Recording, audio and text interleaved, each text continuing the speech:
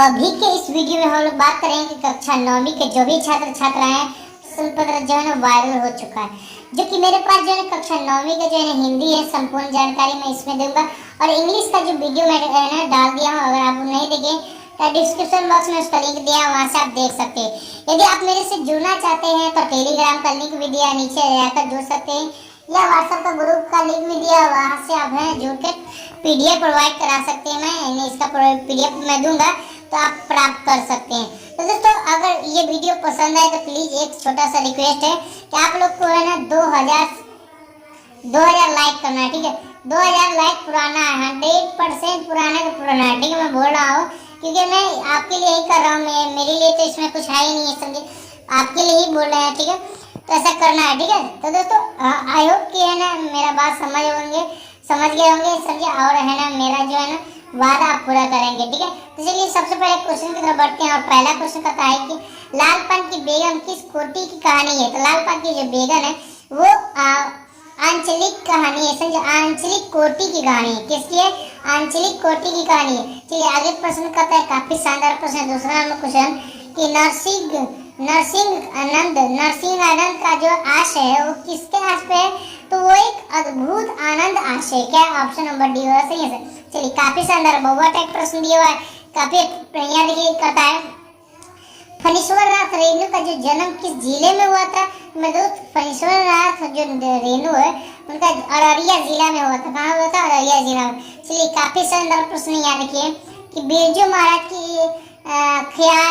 ख्याति किस रूप में, समझे, तो ख्याति जो है किस रूप में, तो नर्तक बने और डांस के रूप में, ऑप्शन नंबर बी हो जाएगा सही है सर। चलिए आगे प्रश्न करता है क्वेश्चन नंबर 5, काफी शानदार प्रश्न है कि बिरजू महाराज का संबंध किस घराने से। देखिए मैं बता रहा हूँ, समझे, इसमें है ना जो भी आंसर बताया गया, समझे, कुछ सही भी है और कुछ गलत भी है, कुछ का आंसर नहीं दिया। मैं इसमें है ना संपूर्ण जानकारी दूंगा कौन कौन सही है कौन कौन नहीं सही। इसका आंसर है ना लखनऊ हो जाएगा, option number A. Question number 6 की तरफ बढ़ते हैं। मुंशी जी के पास उनके भाई की आखिरी निशानी क्या बची थी।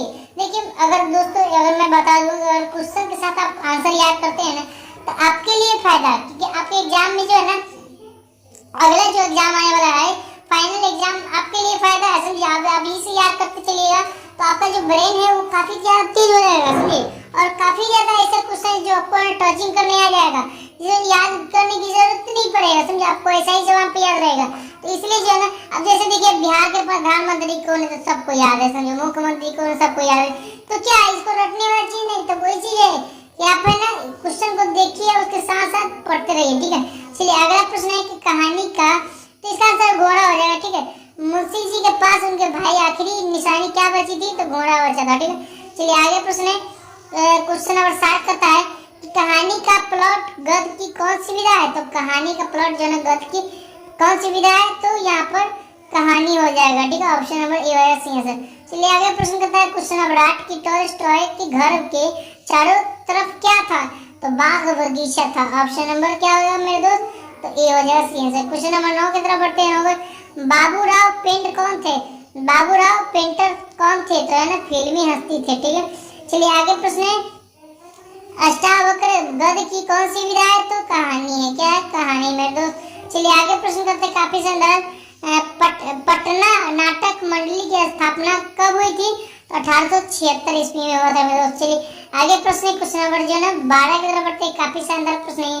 12 में कहता है कि जगदम्बा देवी को राष्ट्रीय हस्तशिल्प पुरस्कार कब मिला था। तो जगदम्बा जो देवी था उनको 1870 ईस्वी में जो पुरस्कार मिला था।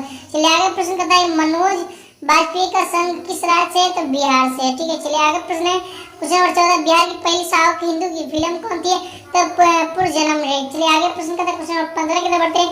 तो काफी शानदार प्रश्न है, उपेंद्र महारथी किस जिले क्षेत्र में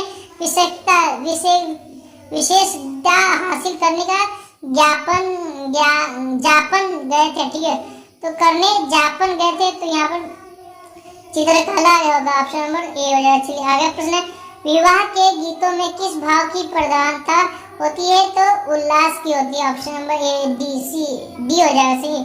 चलिए आगे प्रश्न करते हैं मुंशी जी को लड़की कब पैदा हुआ था। तो मुंशी जी को जो लड़की है कब पैदा हुआ था, तो गरीबी रेखा में पैदा हुआ था, ऑप्शन नंबर बी। चलिए आगे है कलागीत का आरंभ क्या होगा? तो संग्राम होगा या लोकप्रिय संग्राम गीत होगा, लोकप्रिय होगा। देखिए मेरे दोस्त इस ऑप्शन नंबर सी हो जाएगा, सी आंसर। चलिए आगे प्रश्न करता है, क्वेश्चन नंबर 18 हो गया। 19 की तरफ बढ़ते तो 19वां क्वेश्चन कहता है, यहाँ देखिए कि जो ये जो है ना, नालंदा किस प्रदेश में अवस्थित है? तो बिहार में है, समझे।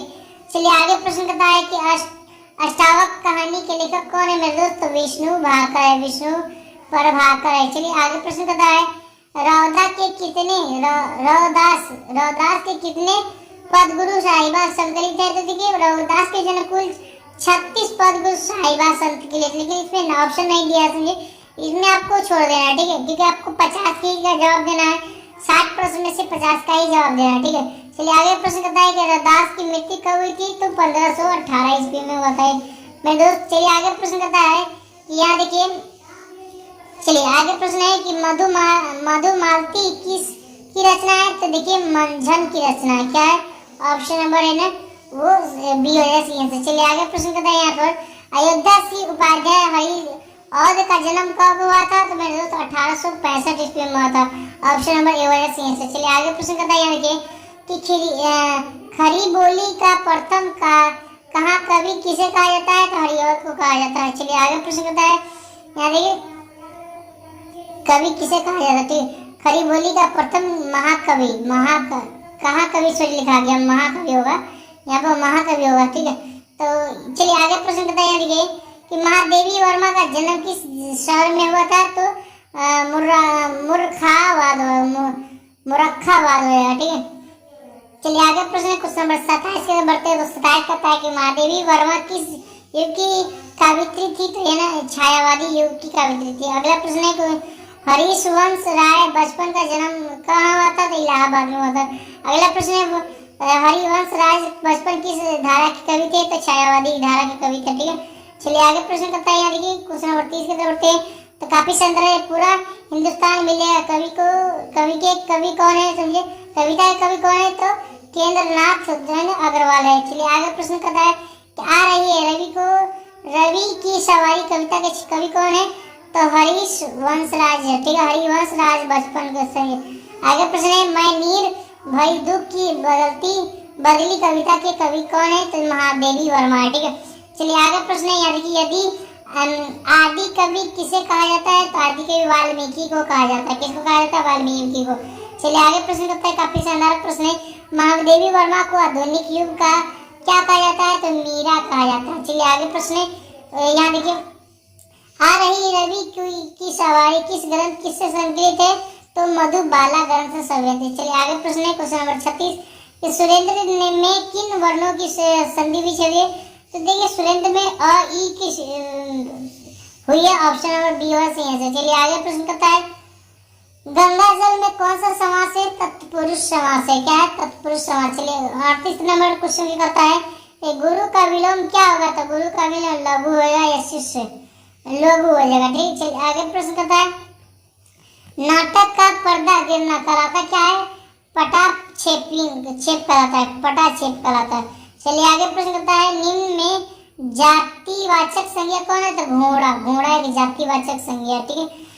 चलिए मेरे दोस्त आगे प्रश्न करते हैं। तो क्वेश्चन नंबर 41 के बढ़ते कहता है राम धीरे धीरे बढ़ता है, इस वाक्य में धीरे धीरे क्या है? तो देख क्रिया विशेषण है। क्या क्रिया विशेषण? 42 के तरफ बढ़ते दांत खट्टे करना, मुहावरे का अर्थ होता है हरा देना। क्या होता है? हरा देना। चलिए आगे प्रश्न करता है मेरे दोस्त राम ने चोटी खाई, इस वाक्य में क्रिया किसके अनुसार होता है? तो कर्म के अनुसार। काम क्या है? खाने का। क्या है काम? खाने का। चलिए आगे प्रश्न करता है दीपक प्यास से छटपटाने लगा, इस वाक्य में प्यास में कौन सा कारक है? तो देखिए करक कारक है, करण कारक है, ठीक है, करण कारक। जब तक है राम पानी नहीं पिएगा तो कर्म करेगा तब करक यानी काम करेगा तब ना होगा, ठीक है। चलिए आगे प्रश्न करता है कि नायक शब्द का स्त्रीलिंग रूप क्या होता है? तो नायिका होता है, ठीक है। चलिए काफी शानदार प्रश्न, बबुआ टाइप प्रश्न आ रहा है। देखिए तो पवन का सही संधि विच्छेद, तो पवन का सही संधि विच्छेद क्या होगा? पवन, ऑप्शन नंबर सी होगा सही आंसर। चलिए क्वेश्चन नंबर 47 के बढ़ते प्राकृतिक शब्द में कौन सा उपसर्ग है, तो प्रातिपदिक शब्द में जो है ना पर उपसर्ग है। क्या है? पर उपसर्ग। चलिए आगे प्रश्न बताए। यहाँ देखिए काफी शानदार प्रश्न है कि यहाँ पर बताया जा रहा है कि पावक शब्द में कौन सा प्रत्युक्त प्रत्यय है? तो अक है। अक है। क्या? पावक। चलिए आगे प्रश्न बताए। बादल शब्द का तत्सम पुरुष क्या होगा? तत्सम रूप क्या होगा? तो तत्सम रूप मेघ होगा। ठीक है, बादल का मेघ होगा। चलिए आगे प्रश्न है उसका कोट पुराना था। इस वाक्य में पुराना क्या है? तो देखिए एक विशेषण है। क्या है? विशेषण है। पुराना एक विशेषण दर्शाता है। चलिए आगे प्रश्न है भारत की पहली फिल्म कौन सी थी? तो भक्त पुंडलिक। ठीक है, भक्त पुंडलिक। ठीक है, चलिए आगे टॉय के घर को किसने म्यूजियम बना दिया? तो सरकार ने म्यूजियम बना दिया। ठीक है, अगले फणीश्वरनाथ रेणु जो है उनका जन्म किस जिले में हुआ था? तो मेरे दोस्त याद रखिए अररिया जिले में हुआ था। और इसका जो है ना जन्म कब हुआ था ये मेरे हमें कमेंट बॉक्स में जरूर लगाइएगा अगर पढ़ते हैं तो। ठीक है, चलिए आगे प्रश्न करता है। काफी शानदार प्रश्न है, बवा टाइप प्रश्न है कि जंगी की पुतों का गवना कितने माह पहले हुआ था? तो 2 माह पहले हुआ था जंगी की पुतों का। आपको पता बिस्मिल्लाह खा, ये तो काफी शानदार प्रश्न है कि बिस्मिल्लाह का कौन सा वाद्य बजाते थे? तो समझिए यहाँ पर शहनाई बजाते थे। ठीक है, बांसुरी। बिरजू महाराज को संगीत नाटक अकादमिक अवार्ड किस उम्र में मिला था? तो मेरे दोस्त 37वां उम्र में मिला था। 37 साल के जब हो गए थे उनको एक अवार्ड मिला हुआ था। ठीक है, चलिए आगे प्रश्न करता है कि खड़ी बोली का प्रथम महाकवि किससे कहा जाता है? हरि औध को कहा जाता है।